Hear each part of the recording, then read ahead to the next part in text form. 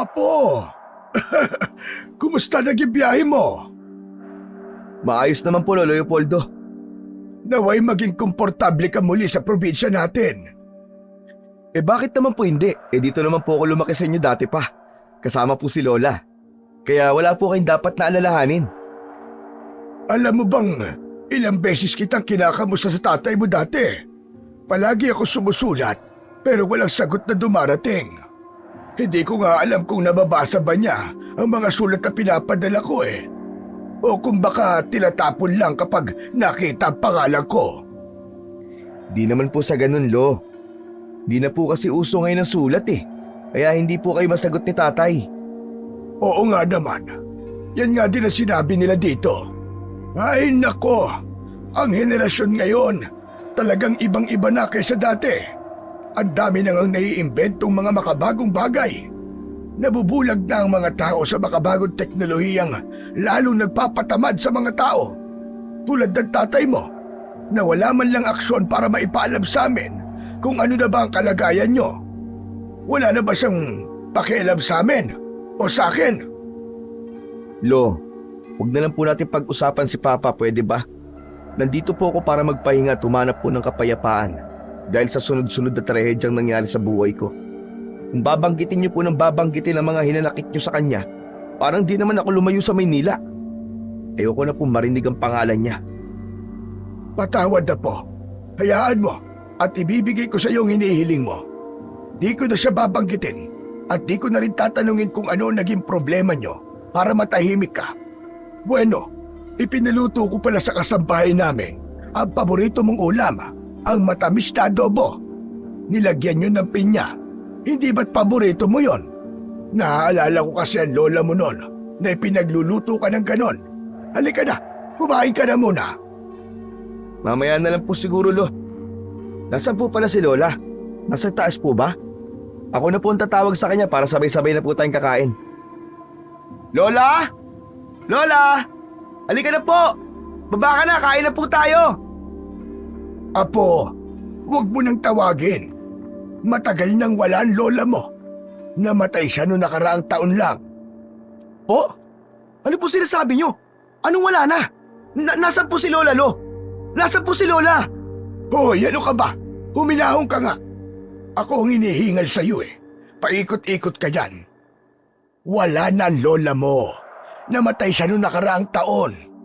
At maski ikutin mo pa ang buong bahay ko, hindi mo siya makikita. Imposible naman po, Lolo. Nakita ko siya kanina nung pagdating ko. Nakatanaw siya doon sa may bintana.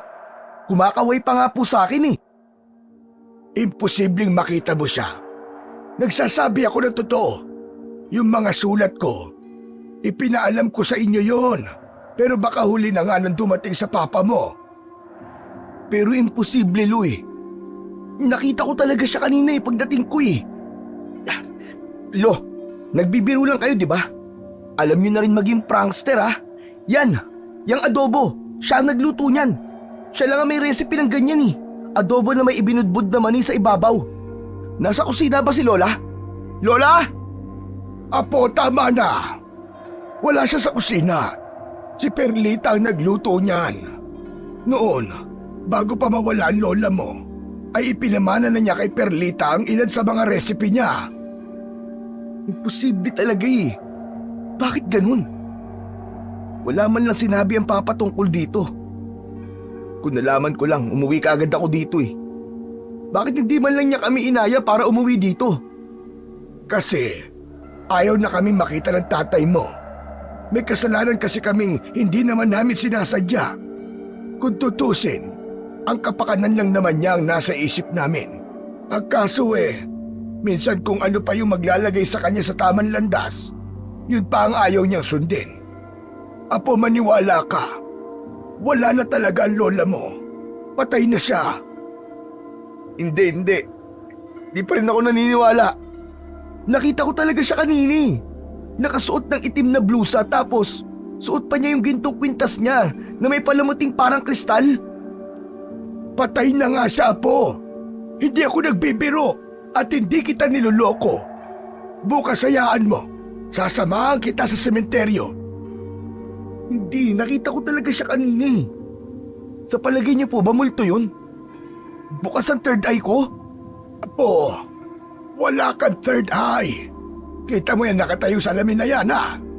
Marahil ay nalaglag ang takip niyan kanina. At ang nasilayan mo ay ang figura ng larawan niya na nag-reflect sa salamin na yon. Magkatapat lang kasi ang salamin at bintana. Magkatapat ang larawan sa salamin. Isang triangulong koneksyon na nagpalaro sa iyong mga mata. Lola, Mabuti pa'y huminahon ka muna. Teka, tatawagin ko lamang si Perlita. Perlita! Pakikuha mo nga yung bote na kulay berde na naroon sa estante at dalhin mo dito. Yung iniinom ko na pampakalma at paiinumin nga natin tong apo ko. wala po ba kayong gamot na galing sa butika? Nako, wala iho. Hindi ako panatiko ng mga estetikong mga gamot. Ayoko doon. May masamang epekto yun sa katawan natin. Mas mainam pa mga dinikdik na halamang gamot. Sige po, kung makakatulong po yan, iinumin ko. Naniniwala naman po ako sa inyo kasi sa edad niyong yan, parang hindi po kayo tumatanda. Parang bata pa rin po kayo kung kumilos. Kailangan eh. Saka meron tayong mga sikretong formula at merong mga mutya. Kaya ganito pa rin tayo, Apo. Hayaan mo, sa mga susunod na araw, ituturo ko sa iyo ang sikreto. Pagkaraan ng kanilang usapan, tahimik na umupo si Baste sa isang sulok ng sala. Tinitigan ang larawan ng kanyang lola. Kitang-kita sa kanyang mga mata ang lungkot at pagkasabik. Hindi niya lubos matanggap ang pagkawala ng kanyang lola, lalo na't sariwa pa sa kanyang alaala ang masasayang sandali nilang magkasama. 3 araw ang lumipas. Inaliw na lamang ni Baste ang kanyang sarili sa pagtatanim ng mga halaman sa paligid ng bahay ng kanyang lolo. Sa mga nakaraang araw, bihira silang magkausap dahil abala si Lolo Leopoldo sa pagbabantay ng kanilang bukirin. Lalo na't panahon ng anihan, madalas ay inaabot pa ng gabi bago sila magkita. Gustuin man ni Baste na sumama sa bukid, hindi siya pinapayagan ng kanyang lolo, lalo na't laganap ang patayan sa kanilang probinsya. Dahil dito, lalo siyang nakadama ng takot at pangamba. Dagdag pa rito ang mga naririnig niyang kakaibang ingay tuwing gabi. Minsan, nagigising siya dahil sa sobrang lamig ng ihip ng hangin. Parang may yumayakap sa kanya. May mga pagkakataon pa nga na bigla na lamang siyang nagigising sa silid ng kanyang lolo. Hindi malaman kung paano siya napunta ron. Ang mas nakakakilabot pa, natutuklasan niyang marumi ang kanyang mga paa na para bang galing siya sa labas at naglakad sa maputik na daan. Bukod pa rito, nakakarinig siya ng mga bulong na hindi niya maunawaan. Parang may nais ipahiwatig, ngunit hindi malinaw. Ang lahat ng ito ay nagdagdag sa kanyang pagkabahala, lalo na't hindi mabaglit sa kanyang isipan ang mga bangungot na palaging bumabalik, mga imahe ng wakwak na katawan ng tao. Isang gabi, habang naghahapunan siya, natanong niya ang kasambahay na si Perlita. Di pa ba umuwi si Lolo? Kanina ko pa kasi siya di nakikita eh. Ganun ba talaga kapag anihan? Di nag-uuwi dito sa bahay niya? Ganyan po talaga siya. Masyado pong tutok sa trabaho. Maski naman po hindi anihan, senyorito. Huwag mo na akong tawagin senyorito. Di naman ako ang amo mo eh. Saka, para namang wala tayong pinagsamahan dati. Pambihira ka oh. Ibig sabihin, kilala mo na ako? Oo naman. May mga alaala ng bata ko na parang bumabalik. At isa dun, ang tungkol sa'yo. Ikaw yung pinangakuan ko ng kasal nung mga bata pa tayo, di ba? Umuulan nun, pero may araw. Di ba nagbibiruan pa nga tayo nun na may ikinakasal na tikbalang tapos lumuhod ako sa harap mo at hiningi ang kamay mo? Nakangiti ka nun. Yan yung ngiti mo nun. Di ba umoo ka? Ano bang pinagsasasabi mo? Ngayon alam ko na. Kaya pala ang pakla ng pakikitungo mo sa akin buhat nang dumating ako. Kaya pala hindi mo ako kinakausap kahit kinukulit kita. Kaya pala minsan ay hindi mo ako matitigan sa mga mata kahit naghihintay lang naman ako na tumingin ka. Kaya pala kahit bagot na bagot ako rito, hinahayaan mo lang ako. Kasi nagtatampo ka sa akin dahil di ka agad kita naalala, no? Medyo nagtatampo nga ako. Pero hayaan mo na yun. Bata pa naman kasi tayo nun eh. Saka naiintindihan ko naman kung makalimutan mo ko. Kasi alam ko madami magagandang babae sa lungsod. Di naman, parehas lang. Uy, pero seryoso ah. Nakalimutan nga kita. Buti na lang, naalala ko habang tinititigan kita kanina. Naalala ko yung pangit mong muka. Kaya nga, beban tawagan natin nun kasi mukha kang kabibe, di ba? Aba, at ako pa naging pangit ha? Ang kapal ng mukha mo. Ikaw nga dyan eh, mukha kang bunot. Saka, sino ba sa atin na mas matino? Ikaw nga, grade 2 ka na. May dala-dala ka pang beberon. Hindi naman sa akin yun eh. Sus, lokohin mo lelang mo. Paano ko lulukohin eh, patay na nga. Ay, naku. Sorry. Sumalangit nawangin yung kaluluwa, senyora. Ala ka, mumultuhin ka nun mamayang gabi. Hindi naman multo ang kinakatakutan sa baryong to eh. Kaya, maski magpakita ang senyora, hindi ako matatakot sa kanya. Anong ibig mong sabihin? May mga aswang kasi rito. Hindi pa ba sinasabi sa'yo ng lolo mo? May mga nawawalang tao na rin. Minsan eh, natatagpuan na lang sa gubat. Wakwak ang katawan at wala nang laman loob. Tulad sa mga panaginip ko. Totoo ba yung mga sinasabi mo sa akin? Bakit? Mukha ba ako nagbibiro? Kaya nga, huwag kang lalabas ng gabi ha. Dahil delikado. Delikado, pero si Lolo palagi nasa labas. Wala naman kasing dapat na alalahanin ng lolo mo. Marami sila sa bukid na nagtatrabaho. Saka magaling na ang tingero at albularyo ang lolo mo. Wala kang dapat na ipag-alala sa kanya. Siya nga pala. Paano ka nakapasok kina Lolo bilang kasambahay? Siguro, sinadya mo no? Kasi iniintay mo na makabalik ako. Ang kapal naman ito. Kaya ako naging kasambahay ng lolo mo ay dahil kay inay. Tinutulungan din kasi ako ng mga lolo at lola mo noon sa pag-aaral ko. Ang kaso hindi talaga kinaya ng utak ko. Kaya tumigil na lang ako sa pag-aaral at namasukan ako sa kanila bilang kapalit ni inay. Nasaan ang nanay mo? Patay na rin. Ah, sorry. Ayos lang. Nagkasakit kasi siya. Sabi nila cancer daw. Pero sabi ni lolo noon, binabantayan ng aswang ang nanay ko. Hindi na naagapan kasi yung kinakasama ng nanay ko noon, hindi naniniwala kay lolo. Ayaw niyang ipagamot sa albularyo. Wala akong magawa noon. Kaya siya ang nasunod. Kaya yun, namatay ang nanay ko. Abay, walang yan naman pala talaga yung naging asawa ng nanay mo eh. Kaya nga paano yung pakiusap namin nun ni nanay? So, hindi pumayag ang hayop. Ay nako, wag na nga natin siyang pag-usapan. Bumabalik lang sa akin ang lahat. O halika na, sumabay ka na lang sa akin kumain. Nakakalungkot kumain mag-isa eh. Sigurado ka ba? Sa bagay, kanina pa rin ako nagugutom eh. O sige na, umupo ka na dyan. Kumain ka na. Eh yung lolo ko, kumusta naman siya nung namatay si Lola? Malungkot syempre, pero palaban sa buhay ang lolo mo. Bukod sa bukid, halos inilalaan niya ang lahat ng oras niya sa paggawa ng mga potion na gawa sa halamang gamot. Kita mo naman diba, yung mga estante na punong-puno ng mga botelya? Buti na sabi mo yan. May balak na nga akong linisin ng mga yun eh. Naku, pag nagkataon pala malalagot pa ako kay Lolo kapag ginawa akong bagay na yun. Malalagot ka talaga kapag pinakialaman mo mga gamit niya. Eh yung suot ni Lola na kwintas sa larawan, nandito pa ba?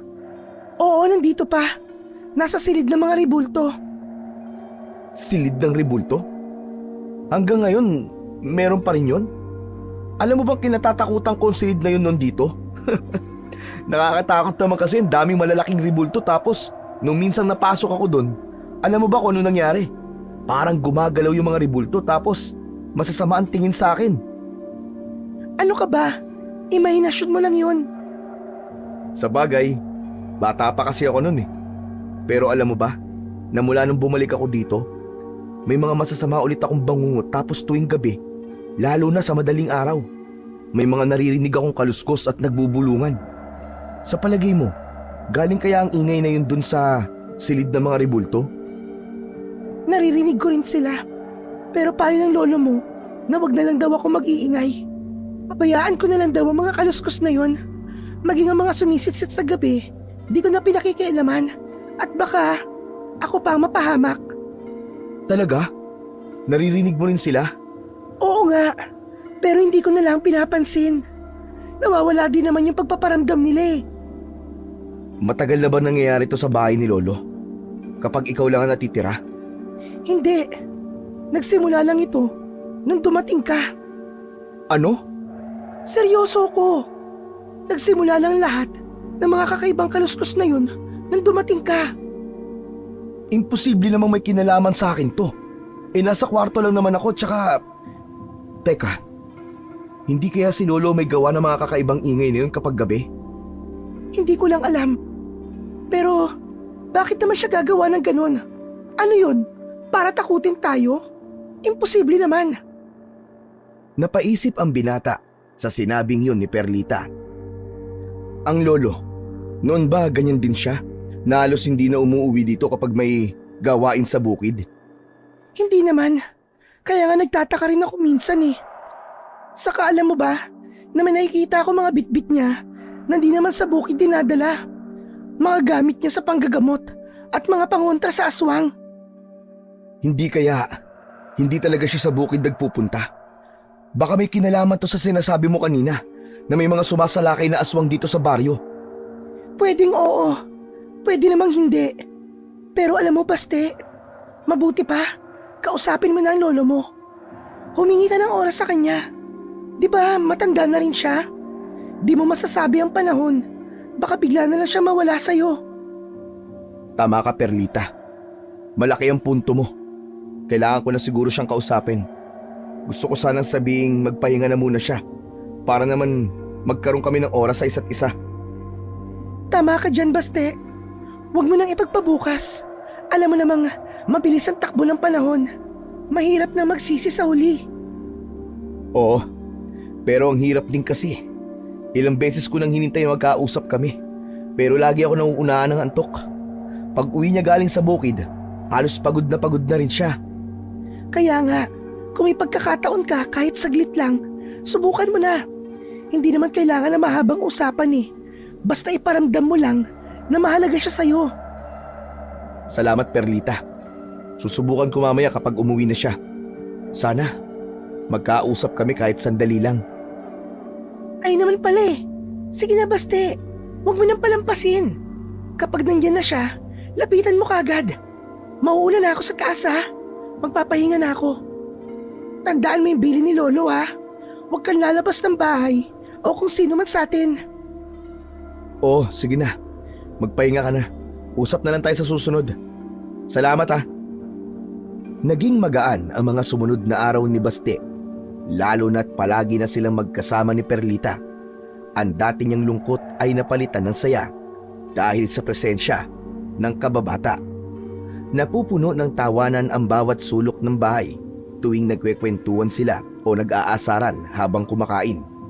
Ang dati niyang tahimik na mga araw ay napalitan ng masiglang sandali kasama ang dalaga. Lingid sa kanilang kaalaman, may isang nilalang na nag-aalab sa galit habang pinagmamasdan sila mula sa kalayuan. Tahimik itong nagmamatsyag, parang hayop na naghihintay ng tamang oras upang umatake. Bawat tawanan nila ay siya namang ikinakaalboroto ng taong yon na parang naiinggit sa kanilang kasiyahan. Habang masaya silang kumakain at nagkwekwentuhan sa kusina, biglang may narinig silang malakas na kalabog mula sa ikalawang palapag ng bahay. Kasunod nito, ang tunog ng isang nabasag na bahay na nagpatigil sa kanilang tawanan. Narinig mo ba yun? Oo, parang sa taas ng galing. Ano kaya yung Baste? Parang may nabasag eh. Tara, Tignan natin. Pero mukhang sa may silid ng mga rebulto nang gagaling yung ingay. Bakit, may problema ba? Bawal akong pumasok doon, Basti. Kabilin-bilinan yun ng lolo mo. Hindi naman niya malalaman eh. Kailangan natin makita kung ano nangyari doon. Baka mamaya pagsimulan pa ng malaking problema kung nagkataon. Tara!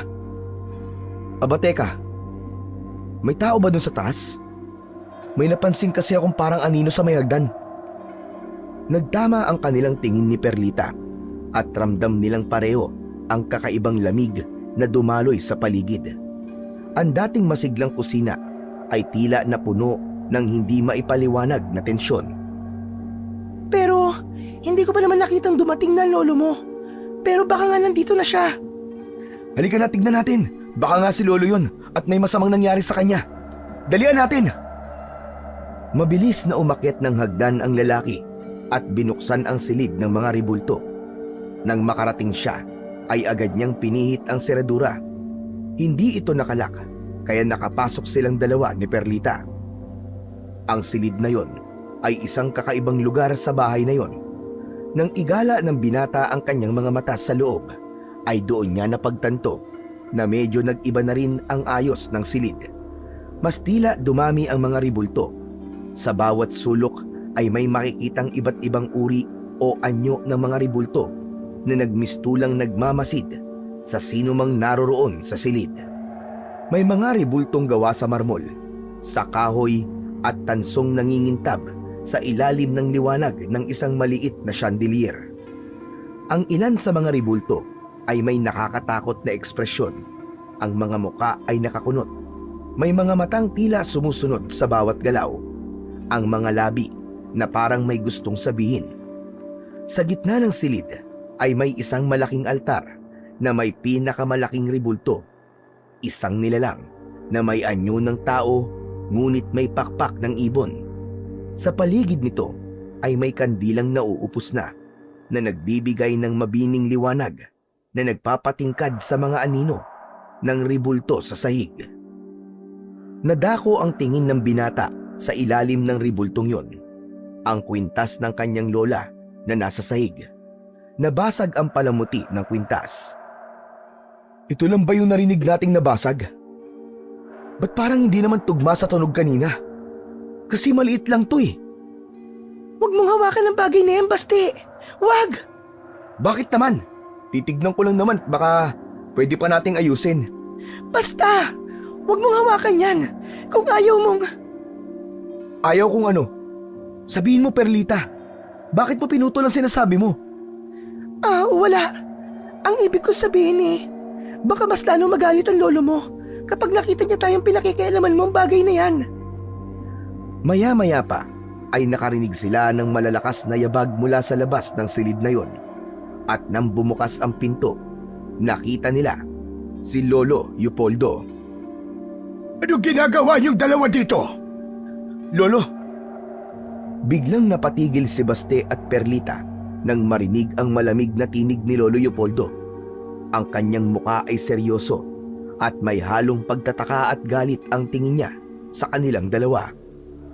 Uulitin ko, anong ginagawa niyong dalawa dito? Sinabi ko na bang pwede kayong pumasok sa lugar na ito? Ikaw naman, Perlita, nakalimutan mo na ba ang palagi kong bilin sa'yo? Lolo, huwag niyo na pong pagalitan si Perlita. May narinig po kaming parang nalaglag Nabasag po. Kaya naisip po namin na tignan kung ano yon. Huminga ng malalim si Lolo Leopoldo at naglakad papalapit sa kanila. Ang kanyang mga mata ay tumingin ng matalim sa bagay na tinutukoy ni Baste, ang nasirang kwintas ng asawa. Anong nangyari dito? Bakit nasira ang mutya ng silim? Hindi po kami sumira niyan, Lolo. Nakita lang din namin nasa saig yan. Paano maaalis ito sa ribulto kung walang nakialam na kunin ito? Nagsasabi po ako ng totoo, Lolo. Hindi niyo dapat ginagalaw o iniintindi mga bagay dito. Hindi ito basta-basta mga gamit. Ang mga ito ay proteksyon para sa akin, para sa inyo, at para sa buong bahay na ito. Hindi po ba kayo naniniwala sa akin, Lolo? Hindi nga po kami ang gumalaw niyan. Paano na ngayon to? Ang mutya ng silim na sira na. Alam ko sa mga susunod na araw o gabi, paparito na sila. Paparito? Sino po, Lolo? Mabuti pa, ay umuwi ka na muna sa inyo, Perlita. At ikaw naman, Baste, doon ka na lang muna sa silid mo. At wag na wag kang lalabas, naiintindihan mo ba? Teka, Lolo, naguguluhan po ako. Ano po ba nangyayari? Maaari ko po bang malaman? Naguguluhan po ako sa inyo eh. Lumabas na kayo. Wag na kayong babalik pa sa silid na ito. May mga bagay na mas mabuting hindi nyo na lang alam. Naguguluhang lumabas ng silid ang dalawa. Halos 2 araw na di siya kinibo ng kanyang lolo. Napansin niya na hindi rin ito umaalis at panay na lamang ang dikdik ng mga halamang gamot at ipinapahid ang mga yon sa bawat pinto at bintana ng kanyang bahay. Hindi ni isang beses na tinanong siya ni Baste pero walang paliwanag mula sa matanda. Maging si Perlita ay tila nananahimik. Sa kabila ng tensyong nangyayari sa kanila, wala silang kamalay-malay na may isang tao nang nagbabalak sa kanila ng masama. Lolo, hanggang ngayon pa rin ba galit pa rin kayo sa akin? Dahil po ba to dun sa kwintas ni Lola? Lolo, humihingi na nga po ako ng tawad sa inyo dahil sa nasira po yun. Pero totoong hindi naman talaga kami nakasira nun eh. Pero dahil alam ko pong alaala niyo yun mula kay Lola, kaya po inihingi ko na po ng tawad. Alam ko naman na wala kayong kasalanan. Ang totoo niyan ay nag-aalala lang ako. Alam ko na sa mga susunod na araw ay haharap tayo sa matinding pagsubok. Ilabas ang aswang! Biglang nahinto sa pag-uusap ang dalawa at nagkatinginan. Narinig nila ang malakas na sigaw ng isang lalaki. May mga naririnig din silang ingay na tila nanggagaling sa maraming tao sa labas ng kanilang bahay. Nang silipin nila ito mula sa bintana, ay nakita nga nila na maraming tao sa labas na may dalang itak at mga sulo. Lumabas ng bahay si Perlita nang makita niya ang manliligaw na si Joselito na nasa bakuran ng kanyang amo. Hoy! Ilabas niyo ang aswang! Kailangan mamatay ang aswang! Ano bang ginagawa mo, Joselito? Ano tong gulo na to? Dahil may ikinakanlong na aswang sa bahay na yan. Ano bang pinagsasasabi mo? Nahihibang ka na ba? Walang aswang dito. Si Lolo Leopoldo ay isang albularyo, hindi isang aswang. Bakit ka gumagawa ng ganitong gulo? Hindi mo pa ba alam na kaya hindi nauhuli na matandang yan ng aswang dahil dito sa bahay niya nakatira ang aswang? Kaya ilabas ang aswang! Ilabas ang aswang! Itigil mo na to, Joselito. Ano ka ba? At bakit naman ako titigil, ha? Alam mo bang ilang gabi na kami nagmamanman dito at nakikita naming labas-pasok sa bahay na yan ang aswang na gabunan. Delikado ang aswang na yan. Anong gabunan ba ang pinagsasabi mo?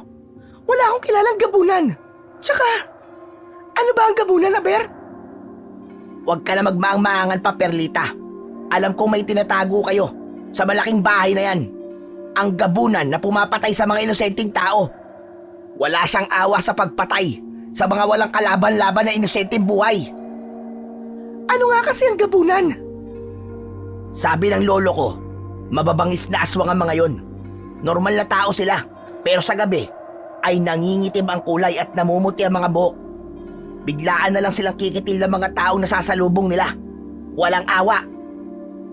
Ano? Pero wala talagang aswang dito, Joselito. Kung totoong may aswang dito, sino naman? Baka ako. Sa palagay mo maniniwala kami dyan sa paandar mo, ha? Ano ba sinasabi mo? Bakit ba kayo ganyan? Bahay to ni Lolo Leopoldo. Mag-isip nga kayo na maayos. Siya ang gumagamot sa ating mga sakit. Ano bang klaseng pagbibintang yung ginagawa mo? Na may nagkakanlong ng aswang dito? Yung bagong salita. May nakita akong ibang tao dyan. Nakalandian mo. Minsan nakita ko kayo. Kalandian? Pwede ba, Joselito? Kung si Bastian tinutukoy mo, di mas lalong walang saysay ang pagbibintang nyo. Galing sa Maynila yung tao. Hindi siya isang aswang. Kita nyo na? Kita nyo na mga kasama? May bagong salita nga. Ano ba yung pinagsasabi mo? Nahihibang ka na talaga, Joselito. Magpagamot ka na nga. Hindi mo ba napapansin na dati naman kapag may mga aswang na sumasalakay dito sa atin ay mabilis na nare-resolba ng matanda. Pero buwat nang dumating yung taong yan dito, lumala ang patayan. Pero hindi mahuli-huli na matandang albularyo. Bakit? Kasi malapit sa kanya ang aswang. Palabasin ang aswang! Palabasin ang aswang! Ang mga tao na sumama sa pagsugod na yon ay nagsigawan at sinasabihang palabasin ng aswang. Dahil sa mga narinig na sinabi ni Joselito ay mas nag-init ang tensyon sa paligid. Galit na galit sila kay Baste at halos sumpain ang buong katauhan nito maski di pa naman nila nakikita. Sinubukang pigilan ni Perlita ang mga ito pero sadyang matigas ang mga yon at buo na ang loob nilang paslangin ang aswang. Mabilis na bumalik sa loob ng bahay ang babae. Samantala, sa loob ng bahay, isang matinding bili naman ang iniwan ng matanda bago pa ito lumabas upang kausapin ang mga tao. Dito ka lang. Huwag na huwag kang lalabas. Naaamoy ko na sila. Marami silang nagbabalat kayo sa labas. Po? Sinong sila? Teka lo, gulong-gulo na talaga ako eh. Ano po ba talaga nangyayari? Bakit sila nagkakagulo sa labas? Narinig mo naman, di ba? Pinaghihinalaan ka nilang aswang sa baryo na to. Ano? Ako, aswang? Nagpapatawa ba sila? Grabe naman. Ako na nga ang ginagambala ng mga yan tapos ako, aswang? Hanggang dito ba naman ay susundan ako ng mga yan? Anong ibig mo sabihin? Dahil silang pumatay kay Papa. Ano? Patay na ang papa mo? Opo, pinatay siya ng aswang. Alam niyo po ba may aswang sa Maynila? At walang awa niyang pinagpapapatay. Una mga kapitbahay namin, tapos mga kaibigan ko. Tapos si Papa. Lumayo ako doon bago pa masaksiyan ko ang unti-unting pagkaubos sa mga taong mahalaga sa akin. Kung ganun, ay nangyayari na nga. Nangyayari po ang alin, Lolo? Ipapaliwanag ko sa ibang araw, Apo. Wala na tayong oras. Kailangan mo magtago sa kanila. Ako ang haharap sa mga taong yan. Anong magtatago? Bakit ako magtatago? Kailangan mo magtago dahil basag na ang mutya ng silim. Ano ba kasi yung mutya na yun, Lolo? Proteksyon yun laban sa mga aswang para hindi ka na sana nila maamoy. Para di nila malaman na narito ka. At proteksyon para hindi sila makapasok sa aking bakuran. Pero wala na ang mutya, nasira na. Saka na lang tayo mag-usap. Sige na, lumayo ka na muna. Tumakas ka na muna. Tara na, Baste. Hindi nagbibiro ang mga taong nasa labas. Teka, ano ba nangyayari, Lolo? Ipaliwanag niyo po muna itong lahat sa akin. Yung mga tao sa labas, ang iba doon, hindi karaniwang mga tao lang.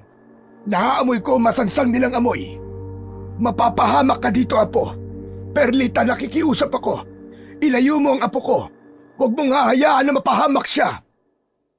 Nangyayari na po, Lolo? Ito na po ba yun? Oo, tama ka. Ito na nga yun.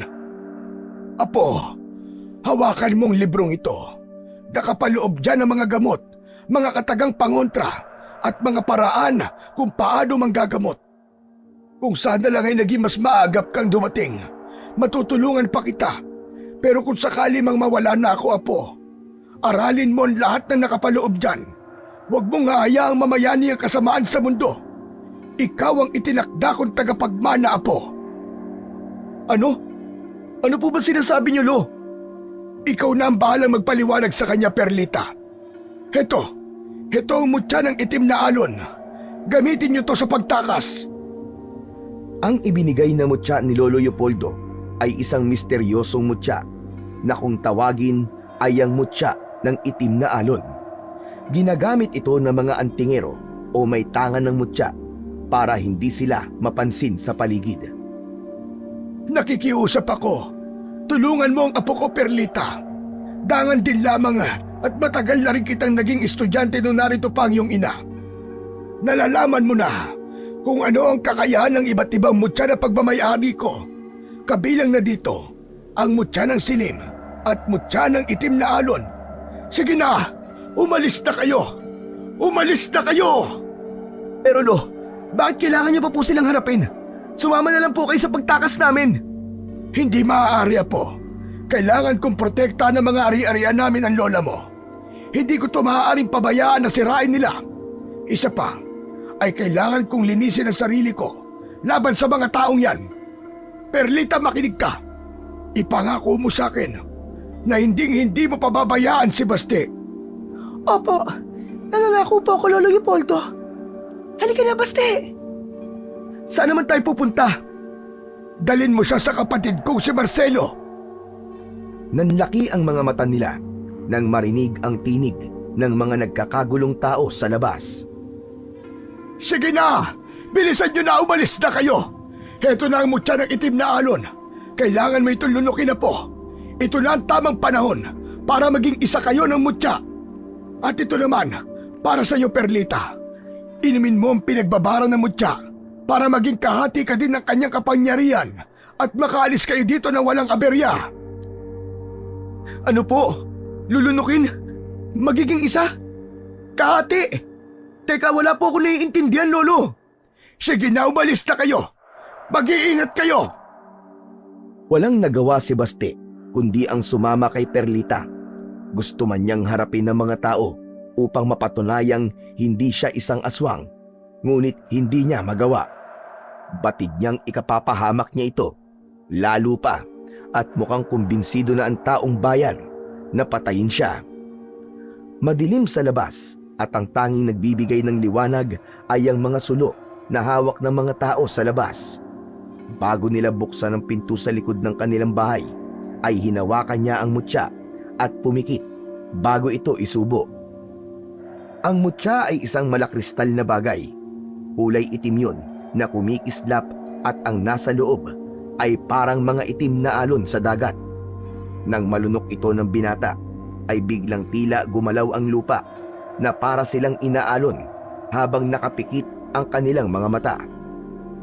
Ngunit nang mawala na ang bahagyang pagkahilo, narinig nila ang boses ni Lolo Leopoldo na tumalab na ang kapangyarihan ng mutya. Ininom na rin ni Perlita ang tubig. Humakbang na sila palabas ng bahay. Walang narinig ang sinuman kahit ang maiingay nilang mga yabag habang tumatakbo palayo sa lugar.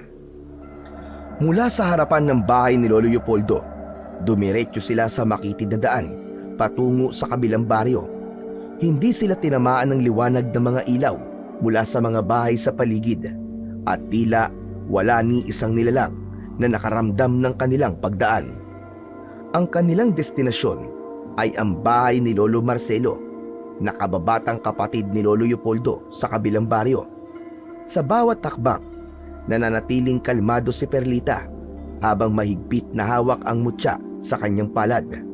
Ang mutya ay tila lumilikha ng isang proteksyon na balabal ng anino at ang anumang ingay mula sa kanilang mga galaw ay natatabunan nito. Hindi rin sila nasundan ng sinuman kahit pa maraming mga osisero sa baryo na karaniwang nakabantay sa paligid. Naglakad sila ng naglakad hanggang sa marating nila ang kanilang destinasyon. Bumungad kay Basti ang isang bahay na kabaligtaran ng pagmamay-ari ng kanyang lolo. Ang bahay ni Lolo Marcelo ay simple at maliit kung ikukumpara. May bubong na kugon at dingding na gawa sa kahoy. Isang ilaw lang ng gasera ang tanging nagbibigay ng liwanag sa loob nito. Nakita nila ang matanda sa labas ng balkonahe nito, nakaupo sa kanyang tumba-tumba. Nandito na tayo. Ipinagpag ng dalawa ang kanilang mga kamay at unti-unti ang kanilang mga anyo ay naging malinaw sa mga mata ni Lolo Marcelo. Perlita! Aba, ano't naririto ka? Sino yung kasama mo? Pinapunta po kami dito ng kapatid mong si Lolo Leopoldo. Sabi niya, magiging ligtas kami dito at ang apo niya. Siya po si Basti. Basti! Ang bata nga. Siya nga po. Halina, halina. Pumasok kayo sa loob at baka mamaya may nakasunod sa inyo. Sige po, salamat po. Hindi ko alam na may kapatid pala si Lolo Leopoldo. Ako nga ang bunso niyang kapatid. Pero bakit hindi ko man lang po kayo nakilala nung bata pa ako? nung nasa poder pa po ako ng lolo. Nagkakilala na tayo noon. Kaso inalayo ka naman ng papa mo. Totoo po ba? Pasensya na po kung wala na po ako naaalala. Ayos lang yon. Siya nga pala. Dala niyo ba ang aklat? Opo, ibinigay sa akin ni lolo. Sabi niya ipinamana na po niya sa akin to. Ano ba nangyayari? Bigla kayo napasugod dito. Kanina pa nga ako nagbabantay dito sa labas dahil nararamdaman ko ang pagbigat ng hangin at parang may ipinapahiwatig. Tulungan niyo po si Lolo Leopoldo. Nasa kapahamakan po siya. May mga tao dun sa labas ng bahay niya na may mga dalang sulo at mga matatalas sa bagay. May sinasabi sila na nagkakanlong daw ng aswang si Lolo. Magkape muna kayo. Aalokin ko sana kayo ng pagkain kaso nga lang wala namang natira sa pinanghapunan ko kanina. Ano po? Uunahin niyo pa ang pagkakape namin? Wala ka bang balak na tulungan ang sarili mong kapatid? Wala. Wala? Bakit? Ba't tayo mong tumulong? Dahil wala na tayong magagawa pa. Wala na tayong magagawa. Yan lang ba ang sagot mo? Duwag ka naman pala. Perlita, tara na. Balikan natin si Lolo. Akala ko pa naman, may silbi kang hinga ng tulong. Apo, sandali lang. Ano? Kung ayaw mong tumulong, bala ka. Mas mabuti pang gamitin namin ang libro kaysa umasa sa'yo. Perlita, tignan mo na lang kung may kapangyarihang pwedeng gamitin doon. Huwag! Hindi na kayo pwedeng bumalik. Wala na ang lolo mo, Baste. Nabasag na ang harang sa bahay nyo. Sa mga sandaling ito, nasusunog na ang lahat. Ang kapatid ko, maging ang bahay nyo, tuluyan ng naabo. Ano? Hindi. Hindi. Hindi totoo sinasabi mo. Imposible yan. Hindi mo ba alam kung gaano siya kalakas? Hindi siya basta-basta magpapatalo. Baste, nakita mo rin kung gaano kagalit ang mga tao kanina. Hindi na nila alintana ang kahit na anong sagabal. Hindi na nila iginalang ang kahit na anumang sagrado. Sila'y gutom sa paghihiganti. Ang aswang nagabunan. Napakarami na nitong kinitil na buhay. Maraming pamilya ang naulila. Kaya kahit gaano kasakit, hindi mo sila masisisi. Apo, nararamdaman ko lahat ng nangyayari sa kapatid ko. Pero sa ngayon, wala na. Wala nang hininga niya. Ang presensya niya, tuluyan ang naglaho. Wala na siya, Baste. Tanggapin mo na ang katotohanan. Wala nang natira kundi abo. Napahinto si Baste. Nanlalamig ang kanyang katawan at hindi niya magawang magsalita. Ang dibdib niya ay parang pinipiga at ang buong pagkatao niya ay binalot ng matinding kirot at galit. Napayuko si Perlita habang tahimik na pumapatak ang kanyang luha. Ang tanging magagawa natin ngayon ay protektahan ang mga bagay na iniwan niya, Apo. Ito na lang ang naiwan ng iyong Lolo Leopoldo. Kung hindi natin ito iingatan, mawawala rin ang lahat ng sinakripisyo niya. Hindi matanggap ni Baste ang nangyari sa kanyang Lolo Leopoldo.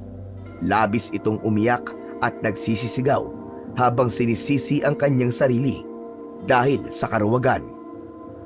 Sana hindi na lang tayo umalis dun . Kasalanan ko to. Sana kasama na lang natin siyang tumakas. O kaya sinamahan natin siyang kalabanin ng mga taong yun. Nagsinungaling si Lolo Marcelo upang iligtas si Baste mula sa mga aswang. Ramdam niya rin ang panganib na maaaring kinakasadlakan ng kanyang kapatid. Wala nang nagawa si Baste kundi magtiwala muna at magpahinga. Inabot nila kay Lolo Marcelo ang libro bago siya humiga upang makabawi ng lakas. Habang natutulog si Baste, hindi naman mapakali si Perlita. Halos buong gabi siyang nagbantay. Iniisip kung ligtas pa ba ang kanilang mga mahal sa buhay. Si Lolo Marcelo naman ay tahimik na nagmumuni-muni. Hawak ang libro at iniisip ang pinakamainam na paraan upang protektahan ang apo.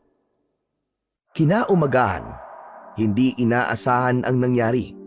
Nilagnat si Baste. Namumutla siya at tila nangihina.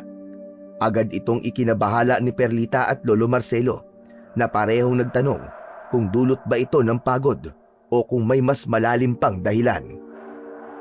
Lolo, ano po nangyayari sa kanya? Bakit sobrang init ng buo niyang katawan? Nakakapaso pag hinawakan. May nainom siya. May ibinigay ba sa kanyang inumin? Bato o kaya hiyas? Pinalunok sa kanya si Lolo Leopoldo. Ang mutya ng itim na alon.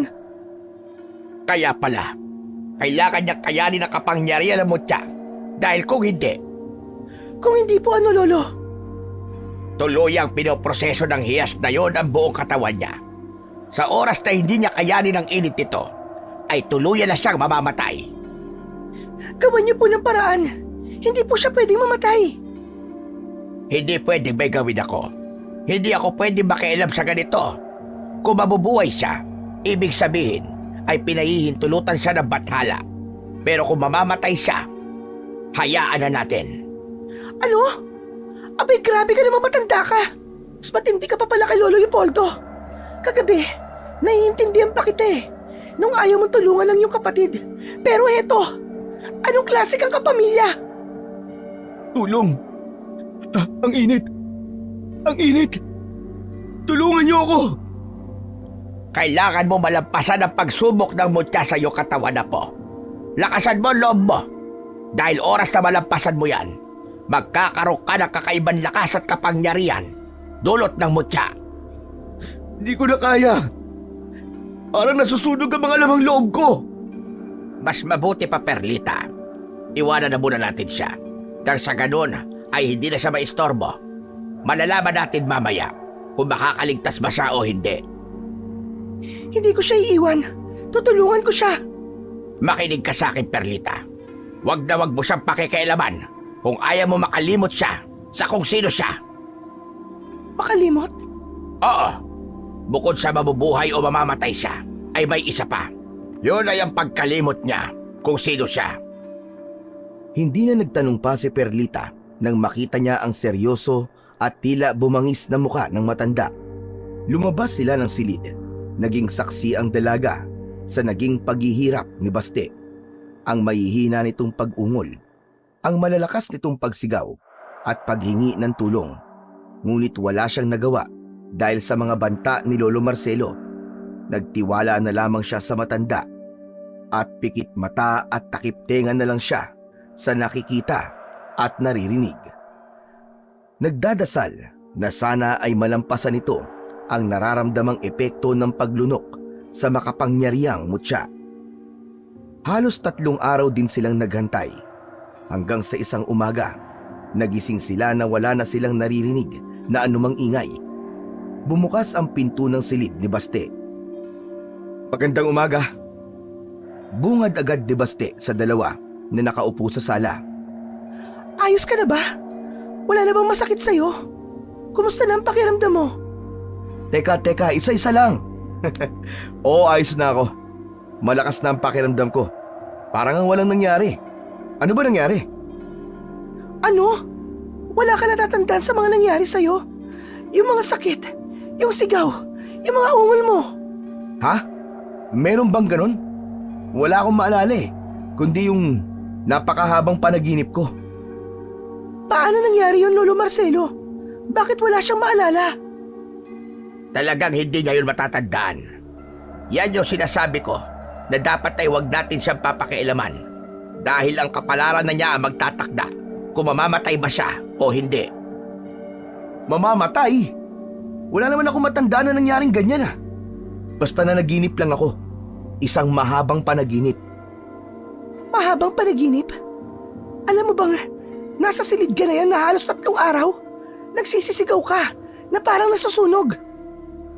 Ano? 3 araw? Teka, hindi naman yata totoo yan. Parang isang saglit lang ako natulog ah. Totoo, Baste. Bago kami umalis sa silid mo, para ka nilalagnat. Tapos sinasabi mo na para ka nasusunog. Ano ba na panaginipan mo? Wala akong naramdaman ni kaunting kirot. Para bang naglalakad lang ako sa dilim. Tapos biglang may liwanag na dumating. Doon ko nakita ang isang lalaking nakatayo sa gitna ng mga naglalagablab na apoy.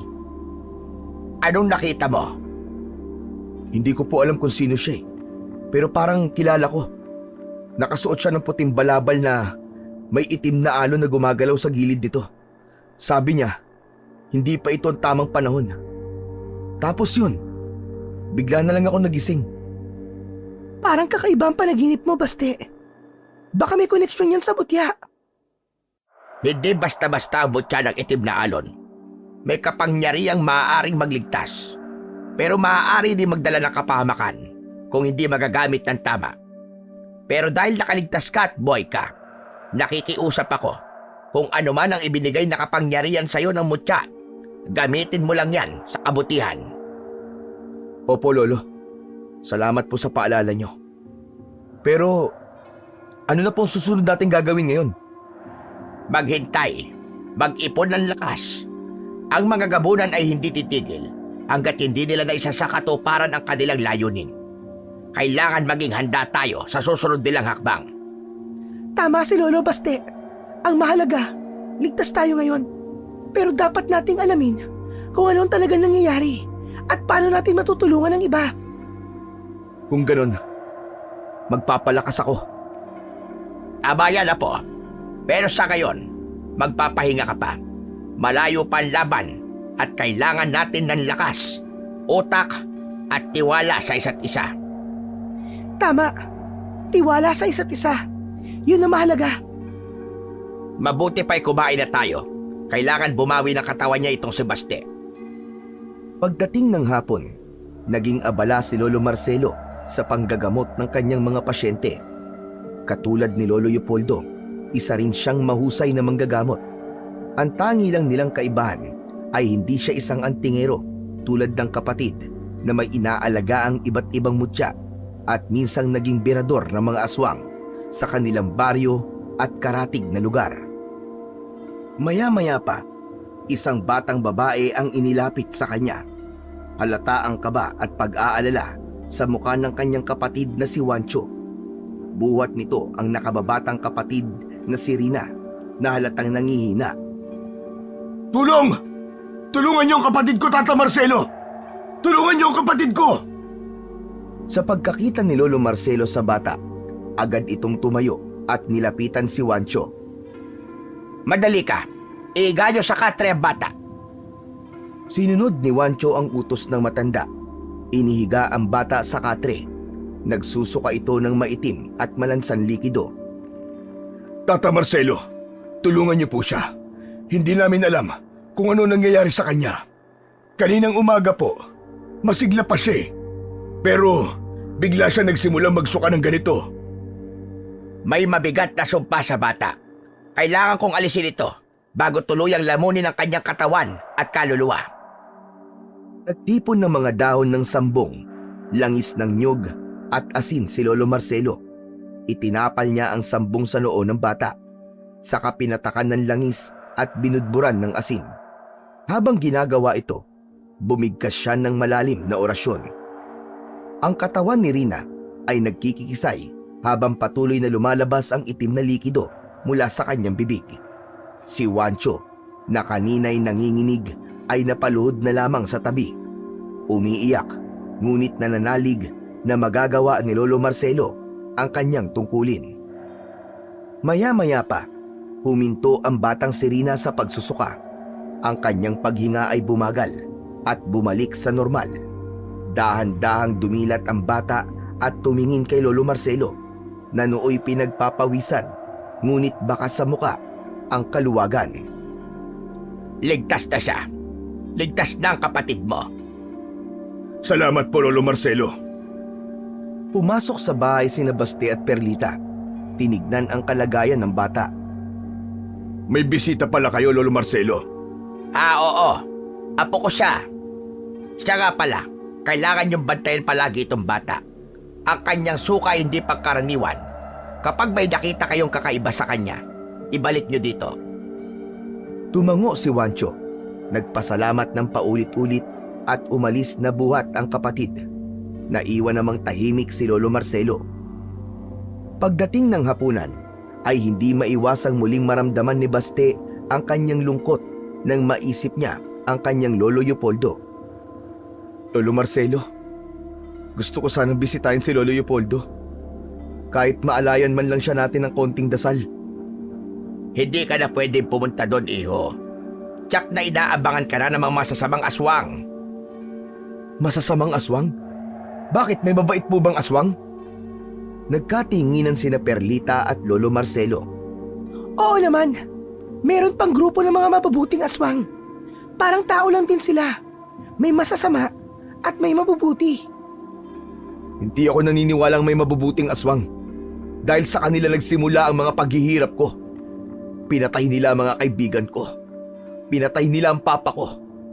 Kaya kesyo mabait sila o masama, papatayin ko sila. Bibigyan ko ng hustisya ang lahat ng mga naging biktima nila. Walang lugar ang mga demonyong katulad nila dito sa mundo. Kung yan ang gusto mo, kailangan mong palakasin ang kakayahan mo. Palakasin ang kapangyarihan ng mutya na nasa katawan mo. Dahil sa ngayon, maski gaano ka pakalakas sa inaakala mo, mahina ka pa rin. Baka hindi mo pa rin matalo ang pinakamalakas na aswang na kalaban ng... Oo nga, Baste. Mabuti pa'y mag-ensayo ka. Baka maaari kang turuan ni Lolo Marcelo ng mga kakayahan niya.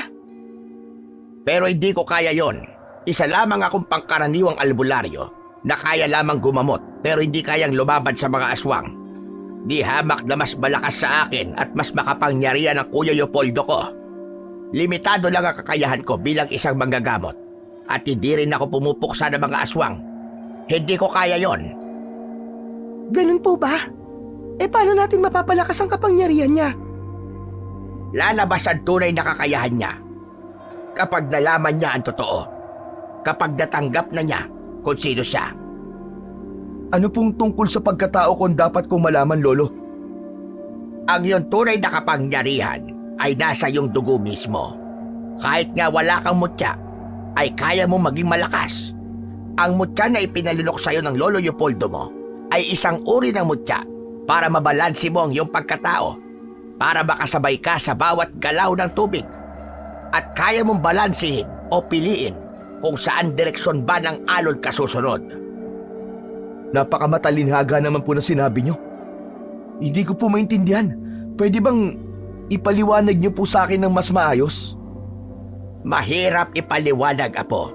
Basta, malalaman mo ang lahat sa takdang panahon. Yan na naman tayo sa takdang panahon. Si Lolo Leopoldo din, yan ang sinasabi sa akin bago namin siya iwan sa bahay niya. Malalaman ko daw sa tamang panahon tapos wala na, namatay na siya. Huwag naman sanang pati ikaw Hoy, ano ba yan? Huwag naman sanang pati si Lolo Marcelo. Yun na nga ang inaakala ko Parang may sumpa sa akin ang salita na yan. Yung namatay ang mama ko, sinabi rin sa akin yan. Ang iyong ina? Lolo, nakilala niyo po ba si Mama? Hindi, Apo. Kahit larawan ng nanay mo, ay hindi ko pa nakita. Nung araw kasi, ay hindi patanggap ng Lolo Leopoldo mo ang napiling kabiyak ng tatay mo. Gusto niya ay yung mayamang pamilya sa bayan, anak ng gobernador. Subalit, ano pa nga ba magagawa ni Kuya Poldo kung buntis na ang babae? Ang ibig niyo pong sabihin nung ipinagbuntis ako ni Mama? Tama ka. Bakit inayawan ni Lolo si Mama? Sasabihin ko na sa'yo, ang lahi ng iyong ina ay kontra sa lahi namin. Ano po? Paanong kontra? Nang malaman ng iyong lolo ang tungkol sa pamilya ng mama mo, ay nilagyan niya ng palangga ang bahay nila. Ang mutya ng silim ang dahilan kung bakit di minsan ay hindi makapasok sa bahay nila ang iyong mama. Galit na galit ang iyong ama noon, kaya nanirahan sila ng mama mo sa Maynila hanggang sa ipanganak ka. Pero namatay ang iyong mama. Nawala sa tabang wisyo ang iyong ama. Naging pariwara ang buhay. Kasama ako ng iyong lolo noon nang itakas ka niya sa papa mo. 3 taon ka pa lang noon. Kaya ba ganun na lang ang galit ni Papa kay Lolo? Nung nasa poder ka ni Kuya, ginawa namin ang lahat para mabago ang kapalaran na... Anong kapalaran po? Anong kapalaran? Natigil sila sa pag-uusap nang may biglang mapansin si Perlita sa labas. Nakabukas ang kanilang bintana noon. Lolo Marcelo, may tao po sa labas. Parang may nagmamanman. Agad na tumayo si Baste at sumilip sa bintana. Sa ilalim ng liwanag ng buwan, kitang-kita ang figura ng isang lalaki na nagtatago sa likod ng punong mangga malapit sa bahay. Totoo po ang sinasabi ni Perlita. May tao nga nagmamanman, Lolo. Aba, at talagang sa atin pa nagmamanman ang taong yan. Mabuti pa ipuntahan mo. Ngayon mo subukin ang kakayahan ng iyong mutya. Sige, ako na po ang bahala, Lolo. Mag-iingat ka, Baste. Hindi natin alam kung sino yan at ano ang pakay niya. Tumango si Baste. Kinuha ang itak na nakasabit sa dingding at tahimik na lumabas ng bahay. Sinundan siya ng tingin ni Perlita at Lolo Marcelo habang naglalakad siya patungo sa direksyon ng punong mangga. Habang papalapit si Baste, biglang kumilos ang figura ng lalaki sa likod ng puno. Napansin ni Baste na tila hindi ordinaryo ang kanyang kilos. Mabilis at halos parang anino ang galaw. Hoy! Sino ka? Anong ginagawa mo rito? Sa halip na sumagot ang lalaki, ay biglang tumakbo palayo. Agad na hinabol siya ni Baste. Hindi niya napansin na kaya niyang sabayan ang bilis ng taong kanyang hinahabol. Tumalas din ang kanyang pandama at pati na rin ang kanyang pangamoy. Pagdating nila sa gilid ng isang masukal na bahagi ng kagubatan, biglang huminto ang lalaki at humarap kay Baste. Sa ilalim ng liwanag ng buwan, tumambad ang mukha nito. May mapupula itong mga mata at matapang na anyo. Nakakatakot din ang mukha nito dahil sa mga pangil sa kanyang bibig. Ang itsura ng halimaw na yon ay tulad sa mga napapanaginipan niya tuwing gabi. Ikaw ang nagmamanman sa amin. Sino ka? Anong gusto mo? Biglang ngumiti ang lalaki, ngunit ang ngiti puno ng panunuya. Hindi pa ito ang huling beses na magkikita tayo, tagapagmana. Maghanda ka! Biglang natigilan si Baste sa kanyang narinig. Hindi siya nakapaghanda sa sinabing yun ng aswang. Hindi na rin niya nahabol ito ng tuluyang lumayo sa kanya hanggang sa naikanlong na ito ng dilim. Lulugulugo siyang naglakad pa uwi. Nang makalabas siya ng gubat, ay nakita niyang nakasunod sa kanya si Perlita. Anong ginagawa mo? Ba't nandito ka sa gubat? Sinundan kita, Baste. Nag-aalala ko na baka may masamang mangyari sa'yo. Hindi mo na dapat ginawa yun. Baka mapahamak ka lang. Kahit na, hindi kasi ako matahimik kung alam ko nasa panganib ka. May konti akong alam tungkol sa pagpuksa ng mga aswang. Magaling na guro ang lolo mo. Kaya kitang tulungan. Sabihin mo nga sa akin, may nabanggit ba ang lolo ko tungkol sa akin? Meron, pero ayoko sa akin manggaling ang katotohanan yun. Wala akong karapatan. Kung ganon, binibigyan kita ng karapatan. Sabihin mo sa akin. Tinitigan ni Baste si Perlita. Ang mga kamay niya ay marahang humawak sa balikat ng babae. Hindi ito tumutol. Sa halip, pumikit siya at naramdaman ang mabigat na paghinga ng binata. Ang kanilang mga nooy magkalapit na halos magkadikit at unti-unting lumapit ang kanilang mga labi sa isa't isa. Nang maglapat ang kanilang mga labi, tila huminto ang oras. Sa ilalim ng liwanag ng buwan, nagsimula silang magyakap ng mahigpit. Sa bawat haplos, mas lalong lumalalim ang kanilang koneksyon. Dahan-dahan nilang isinuko ang kanilang sarili sa init ng sandaling yon. Ang malamig na damuhan kung saan nakalapat ang kanilang mga hubad na katawan, ang tanging tila naging saksi sa kanilang pag-iisa. Ngayon, may karapatan ka na, Perlita. Mali. Mali ang ginawa natin, Baste. Maling-mali ito. Inayos ng dalaga ang kanyang sarili at naglakad na pauwi sa bahay ni Lolo Marcelo. Ngunit pagdating nila doon, ay nakita nila ang mga bakas ng dugo sa sahig sa sala. Nang sundan nila ang mga bakas na yon, ay nakita nila sa dulo ang wala ng buhay na katawan ni Lolo Marcelo. Makikita sa katawan nito ang mga malalalim na sugat sa kanyang katawan at ang butas sa leeg nito na parang kagat ng pangil. Hindi! Ano nangyari dito? Bakit? Lolo Marcelo! Diyos ko! Anong nangyari? Agad siyang lumuhod sa tabi ng matanda. Hindi makapaniwala sa nangyari. Ang kanyang mga kamay ay bahagyang nanginig habang marahan niyang hinahawakan ang braso ni Lolo Marcelo. Umaasang may natitira pang buhay sa kanyang lolo. Si Perlita naman ay bahagyang napaatras. Hawak ang kanyang bibig at napaupo sa isang gilid. Halos mawalan ng lakas. Tumulo ang luha niya. Hindi alam kung paano tatanggapin ang biglaang trahedya. Patay na siya. Patay na si Lolo Marcelo. Mas lalong lumakas ang hagulgol ni Perlita sa kanyang nalaman. Diyos ko, wala na bang katapusan ng lahat ng ito? Bakit lahat na lang ng mga mahal ko sa buhay nawawala? Bakit sila namamatay sa karumal-dumal na paraan? Ano bang meron sa akin? Anong kasalanan ko? Basti, tama na. Wala kang kasalanan. Hindi Perlita. Kasalanan ko to. Kung di ako umalis. Bakit? Bakit? Hindi, Basti. Huminahon ka. Bakit sila ang pinapatay? Bakit hindi na lang ako? Naturingang pinamanahan ako ng isang malakas na mutya pero wala akong silbi. Hindi ko man lang maprotektahan ng mga lolo ko. Di mo to kasalanan, Basti. Wala tayong alam. Wala tayong alam na mangyayari to. Pero dapat alam ko, Perlita. Dapat naramdaman ko. Ako ang may mutya eh. Ako ang dapat na tagapagtanggol nila. Pero nasan ako? Iniwan ko sila. Hindi mo to kasalanan. Dahil ginawa mo lang kung ano ang alam mong tama. Mga hayop sila. Kung sino man ang gumawa nito, hindi sila makakaligtas. Sinusumpa ako sa sarili ko. Pagbabayarin ko sila.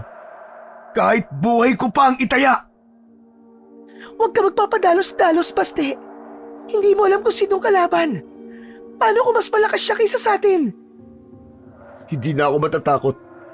Kung buhay ang kapalit para bigyan sila ng hustisya, tatanggapin ko.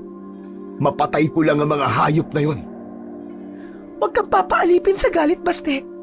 Hindi ito ang tamang paraan para iganti mo si Lolo Marcelo. Kailangan natin maging matalino. Kailangan mag-ingat tayo sa bawat galaw natin. Ang galit na ito ang magbibigay sa akin ng lakas, Perlita. Hindi ko hahayaang mabuhay pa ang gumawa nito. Pero paano kung ikaw ang masaktan? O kung mawalan pa ako ng isang mahal sa buhay? Hindi ko nakakayanin, Basti. Hindi ko hahayaan na hindi mabigyan ng hustisya ang pagkamatay ng lahat ng mahal ko sa buhay, Perlita. Papatayin ko ang lahat ng mga aswang na yun. Kung ganun, hindi mo to gagawin na mag-isa. Magkasama nating haharapin ito. Salamat, Perlita. Ang halimaw na gumawa nito. Sigurado kung di pa siya nakakalayo. Halika, sundan natin ang mga bakas ng dugo. Ito ang magiging susi natin para malaman natin kung sino siya. Ba natin ang lolo mo? Babalikan ko siya para mabigyan ng isang maayos na libing. Nagpalitan sila ng malungkot na tingin bago dahan-dahang lumabas ng bahay. Sinusundan ang mga bakas ng dugo na tila isang mitya na magdadala sa kanila sa halimaw na kanilang hinahanap. Habang sinusundan nila ang mga bakas ng dugo, napansin ni Basti ang kakaibang pagbabago sa kanyang katawan. Ang kanyang pandinig ay naging mas sensitibo. Nadadampot ang mga tunog ng mga kaluskos mula sa malayo.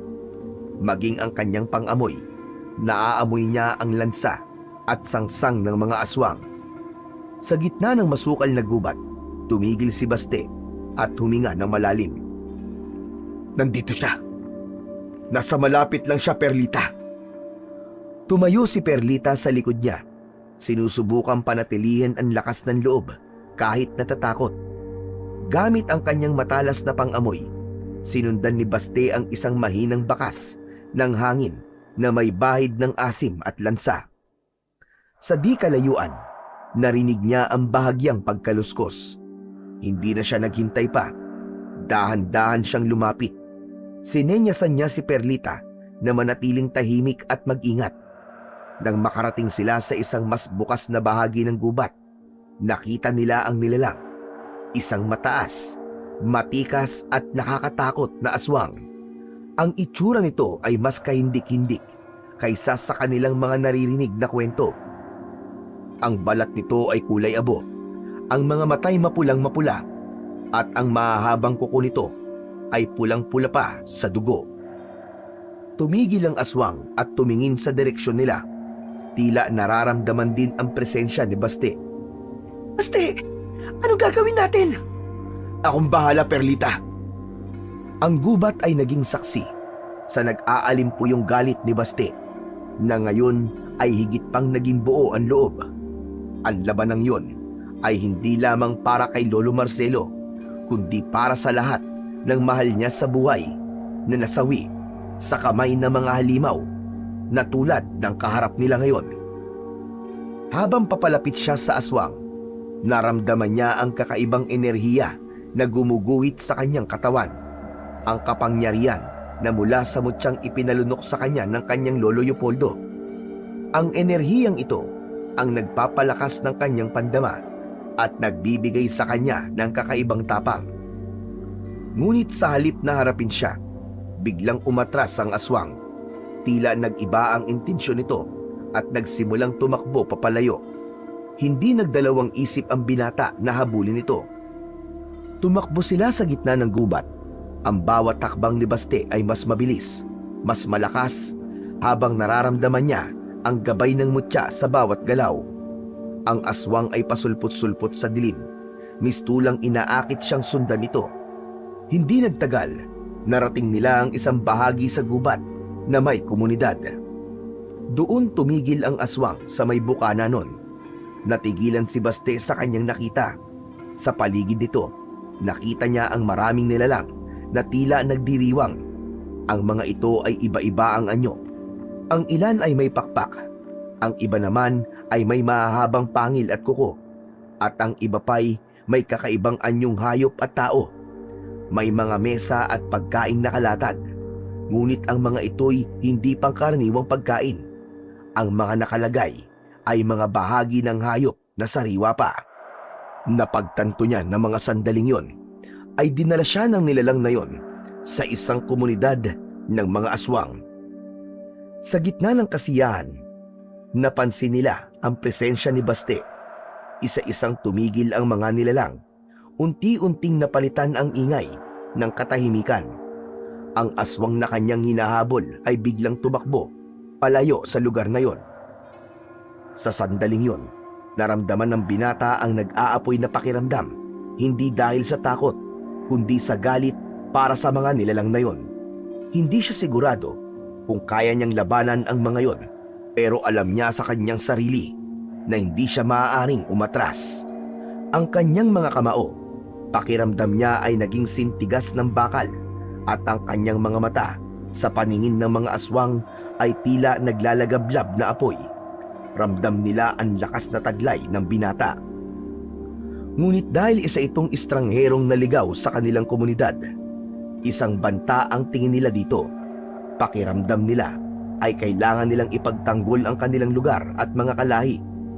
Nagsimula silang maglakad papalapit kay Baste hanggang sa may sumigaw at inutos nito na sumugod na ang iba. Sa unang pag-atake ng isang aswang, umiwas si Baste ng mabilis. Ang kanyang pandama ay napakatalas at tila nalalaman niya ang bawat galaw ng kanyang mga kalaban bago pa man sila makalapit. Sinuntok niya ang aswang gamit lamang ang lakas. Tumilapo nito at sumubsob sa lupa. Ganon din ang nangyari sa iba pang aswang. Ang bawat suntok at sipa niya ay nagtataglay ng sumpa para sa tulad nilang mga aswang. Samantala, si Perlita na nagtatago sa likuran ng isang puno ay hindi nakapagpigil. Bagamat takot, kumuha siya ng matigas na sanga at lumabas upang tumulong. Tinamaan niya ang isang aswang na malapit ng sumugod kay Baste, ngunit hindi ito sapat upang pabagsakin ang nilalang. Bumaling ang aswang kay Perlita. Umalis ka dyan, Perlita! Mabilis na tumakbo ang binata palapit sa babae. Tumalon siya patungo sa dalaga at sa isang mabilis na paggalaw ay tumalsik ang aswang. Ngunit ang laban ay hindi pa natatapos. Marami pang aswang ang nagkatipon sa harap ng dalawa. Grabe! Napakarami nilang talaga! Paano natin manatalo ang lahat ng mga aswang na yan? Katapusan na ba natin? Hindi, huwag ka magsalita ng ganyan. Lalabanan ko sila sa abot ng aking makakaya. Ngunit biglang tumigil sa pag-atake ang mga aswang at tumingin sa isang direksyon. Isang matandang aswang ang lumabas. Nanlaki ang mga mata ni Basti. Alam niyang ito ang leader ng grupo, ang pinakamalakas sa kanila. Nararamdaman niya ang bigat ng presensya nito, ngunit hindi siya natinag. Tama na! Walang sino man sa inyo ang gagalaw! Ang kanyang boses ay nag-i-echo sa paligid. Puno ng otoridad. Lumingon na mga aswang at tila nagulat sa presensya ni Joselito. Ganon din ang naging gulat ni Perlita nang makita ang masugid niyang manliligaw. Anong ginagawa mo dito, Joselito? Bakit nandito ka? Teka, huwag mong sabihin. Oo, tama ka. Isa nga ako sa kanila. Ano? Isa ka sa kanila? Eh, ang kapal naman pala talaga ng mukha mong hayop ka. Ikaw ang unang humusga kay Baste at nagpasimuno ng pagpaslang kay Lolo Leopoldo. Tapos, Kinailangan kong gawin yon para bumalik sa amin ang aming tagapagligtas. Ano? Tagapagligtas? Anong tagapagligtas? Papatayin ko kayong mga hayop kayo. Hindi niyo ako magiging bayani. Isinusumpa ko yan. Makinig ka. Ako ang aswang na hinabol mo sa gubat. Ikaw ang pumatay sa Lolo Marcelo ko? Wala akong kinalaman sa pagkamatay ng Lolo Marcelo mo. Hindi namin siya kalaban, kaya walang dahilan para paslangin ang kagaya niya. walang dahilan. Seryoso ka ba? Isa kang halimaw, Joselito. Isa kang traidor. Teka, pakinggan niyo muna ako. Hindi lahat ng aswang ay masama. Oo, isa ako sa kanila. Pero hindi ko kailanman pinapaslang ang inosente. Lalo na mga katulad ni Lolo Marcelo. May mga grupo sa amin na naniniwala sa kapayapaan. Ngunit may iba na sumusuway. Sila ang tunay na mga halimaw. Hindi ka pumapatay ng mga inosente? Eh, anong ginawa ng grupo mo kay Lolo Leopoldo? Marami nang napatay na kagaya namin ng matandang yon. Kaya mo siya pinatay, ganun ba? Mga demonyo kayo. Pagbabayaran niyo na malaki ang ginawa niyo sa kanila. Papatayin ko kayong lahat! Tumigil ka! Hindi mo kailanman nanaisin na patayin ang iyong mga kalahi. Anong sinasabi mo? Anong kalahi? Ang matandang aswang na nakita mo. Siya ang aming pinuno. Siya ang iyong lolo. Hindi.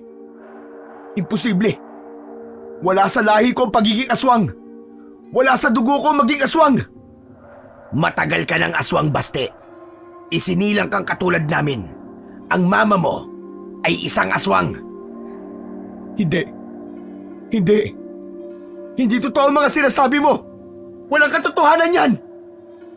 Inibig ng tatay mo ang anak ng aming hari. Kaya nga siya inayawan ng lolo mo. Dahil sa dugong nananalaytay, sa dugo ng aming prinsesa. Mga lahi tayo ng gabunan. Mga malalakas na aswang. Sinungaling ka. Sinungaling! Mula ako sa lahi ng mga albularyo. At kung aswang ako, dapat sana hindi ako nakapasok sa bahay ng Lolo Leopoldo ko dahil may mga pananggalang laban sa aswang ang bahay niya. Nakakapasok ka sa kanila dahil may dugo ka rin ng pagiging albularyo. Nangingibabaw ang dugo ng pagiging albularyo o aswang mo. Depende kung sino ang iyong mga kasama o kaharap. Ang mga katulad niyo ay walang awa. Kayo ang pumatay sa mga kaibigan ko, sa tatay ko, at sa mga lolo ko. Masasama kayong lahat. Mga kampon kayo ni Satanas! Hindi. Diyan ka nagkakamali. Hindi kami ang pumatay sa kanila.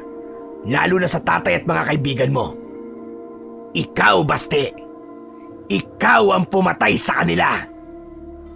Ha? Hindi. Hindi totoo yan. Hindi totoo yan. Hindi ako pumatay sa kanila.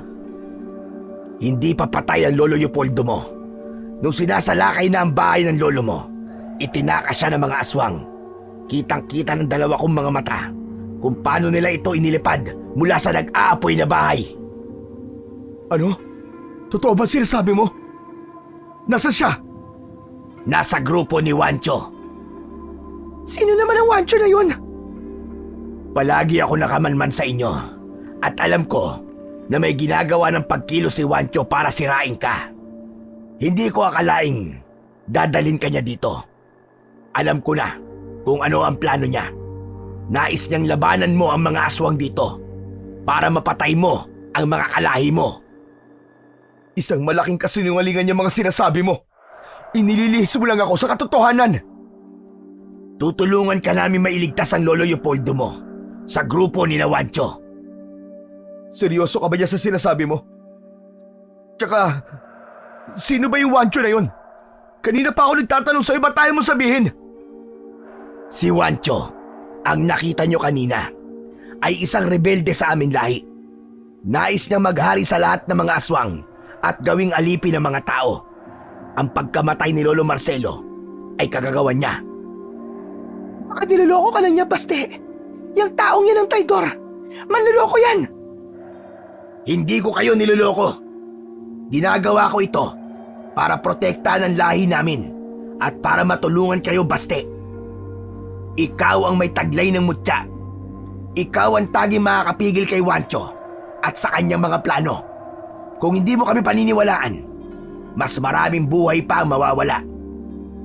Kung totoong sinasabi mo, paano mo mapapatunayan?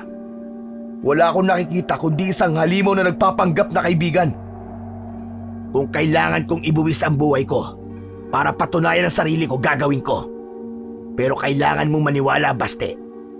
Ang labanang ito ay higit pa sa personal na galit mo. Ang labanang ito ay para sa kinabukasan ng lahat. Sa gitna ng tensyon, biglang dumagundong ang lupa at narinig ang mabibigat na yabag na papalapit. Napalingon ang lahat at mula sa iba't ibang panig ng gubat ay sumulpot ang isa pang grupo ng mga aswang. Ang kanilang anyo ay mas mabangis, mas nakakatakot at halatang sanay sa labanan. Ang kanilang pinuno ay isang matikas at mataas na lalaki na may kakaibang aura ng kapangyarihan. Yun ay walang iba kundi si Wancho. Huwag kayong mag-alala. Hindi magtatagal ang labanang ito. Narito ko para tapusin kayong lahat. Ikaw ang pinuno nila? Anong gusto mo sa akin? Ako si Wancho at ako ang pumatay sa Lolo Marcelo mo. Ayop ka! Demonyo ka! Walang awa mong pinatay si Lolo Marcelo! Wala kang puso! Wala ba akong awa? Eh kung wala, bakit hanggang ngayon buhay pa yung isang matanda? Ano ka mo? Si Lolo Leopoldo? Oo, buhay pa siya. Sa ngayon, pero depende na yan kung susuko ka sa akin. Ang dugo mo, Baste, ay naiiba. Ikaw ang nag-iisang banta sa lahi namin. Lalo na't nilamon mo ang mutya ng itim na alon. Ang kapangyarihan mo ay higit pa sa kahit na sinong aswang. Kaya't oras na para mawala ka. Hindi ako susuko! Hindi ko hahayaang gamitin niyo ako para sa kademonyohan niyo! Biglang tumindi ang tensyon sa lugar na yon. Napatingin si Perlita kay Baste. Halatang nag-aalala. Baste! Ano gagawin natin? Sila ang may hawak kay Lolo Leopoldo! Hindi ko hahayaan na maulit ang nangyari kay Lolo Marcelo. Lalabanan ko sila. Kahit pa buhay ko nakataya. Biglang sumigaw si Wancho. Nagbigay ng hudyat sa kanyang mga alagad. Mabilis silang lumusob kay Baste at sa grupo ng mga aswang na taga roon. Ngunit bago pa sila makalapit, isang kakaibang liwanag ang biglang lumabas kay Baste. Ang mutya sa loob niya ay nagbigay ng proteksyon na pumigil sa mga aswang na makalapit. Ang kapangyarihan ng mutya, napakalakas! Ngayon, malalaman niyo kung ano talaga ang taglay kong dugo. Isa-isa kayong babagsak! Mga hayop kayo! Ang katawan ni Baste ay unti-unting nagbago. Ang kanyang balat ay naging matingkad na itim. Nagbabaga ang kanyang mga mata. Lahat ng nagtangkang lumapit sa kanya mula sa kampo ni Wancho ay nasunog sa init na nagmumula sa kanyang katawan. Ano itong kababalaghan na ito? Walang aswang na may ganitong kapangyarihan! Hindi ako katulad niyo. Ang kapangyarihan ko ay para sa hustisya, hindi para sa kasamaan. Grabe! Ang lakas ng kapangyarihan ng mutya! Ginamit ni Baste ang kapangyarihan ng mutya upang lumikha ng isang pabilog na alon ng apoy.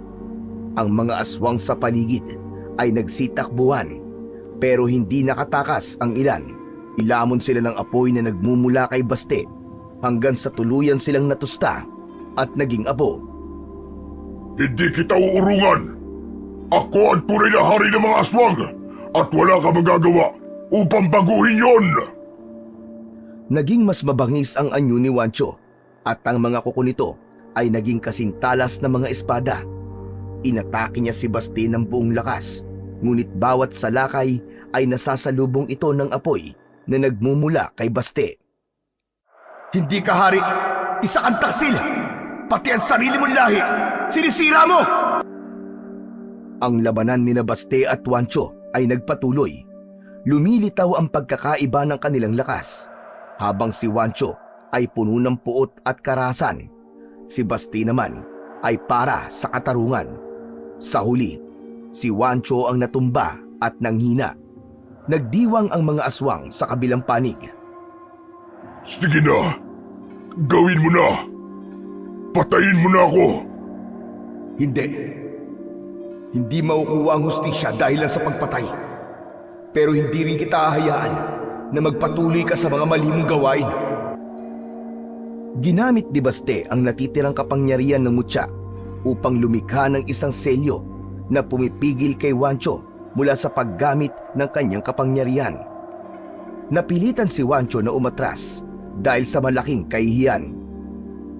Tama! Tama nga! Siya ang nasa propesiya! Siya ang ating bayani! Mabuhay si Baste, mga kasama! Mabuhay ang apo ng hari! Matapos yung sabihin ni Joselito, ay agad na pumigil si Baste. Nagbago na uli ang kanyang anyo at bumalik na siya sa pagkatao. Tama na! Wala akong intensyon na maging bayani ng mga aswang. Biglang tumahimik ang paligid. Lahat ng mga aswang, kasama na si Joselito, ay nagulat at napatingin kay Baste. Ang kanilang mga ngiti ay napalitan ng pagtataka. Pero, Baste, ikaw ang nasa propesiya. Ikaw ang tagapagligtas na magdadala ng bagong pag-asa sa ating lahi. Kalimutan niyo na ang mga nangyari dito. Kayo ang nagpanalo sa laban at hindi ako. Walang Baste na naging bayani. Nagkakaintindihan ba tayo?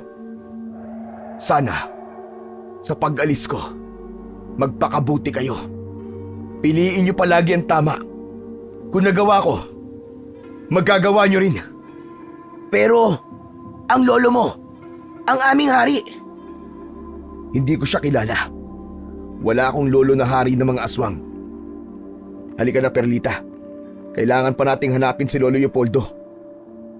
Alam ko kung saan nila dinala ang lolo mo. Bilang kapalit sa lahat na nagawa mo, sasamahan ko kayo sa pagpunta ron. Matapos ang ilang oras na paglalakad, natagpuan na nga ng tatlo ang matanda sa kuta ni Wancho. Puno ito ng sugat at nanghihina. Lumipas ang mga araw, nang gumaling na ang matanda, ay muling ibinalik sa kanya ang libro. Sa ilalim ng gabay ng matanda, itinuro niya kay Baste ang lahat ng mga lihim ng albularyo at ang mga nilalaman ng aklat, mga ritual, panggagamot, at mga aral na may kinalaman sa balanse ng kalikasan at kapangyarihan.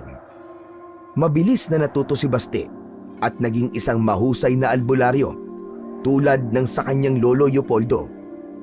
Sa paglipas ng mga taon, Si Baste ay patuloy na nakakaranas ng pagkauhaw sa dugo. Isang alaala ng kanyang lahi bilang aswang. Gayunpaman, natutunan niyang kontrolin ito. Sa tuwing mararamdaman niya ang hindi mapigilang uhaw, mga hayop lamang ang kanyang pinupuntirya. Pinili niyang hindi kailanman saktan ng tao bilang panata sa kanyang mga nasumpaang prinsipyo. Nang tuluyang na maalam si Lolo Leopoldo dahil sa katandaan, isinumpa ni Baste na ipagpapatuloy ang kanyang nasimulan. Naging bantog si Baste hindi lamang sa kanilang lugar, kundi sa buong probinsya. Kasama niya sa panggagamot ang kanyang asawa na si Perlita. Nakilala siya bilang isang mahusay at maawain na albularyo. Ginamit niya ang kanyang karunungan hindi lamang para sa pagpapagaling ng sakit, kundi para ipakalat ang mga aral ng kabutihan at pagpili ng tama sa kabila ng kahinaan. Ang kanyang pangalan ay naging simbolo na kayang baguhin ang nakatakdang kapalaran kung pipiliin ang landas ng kabutihan.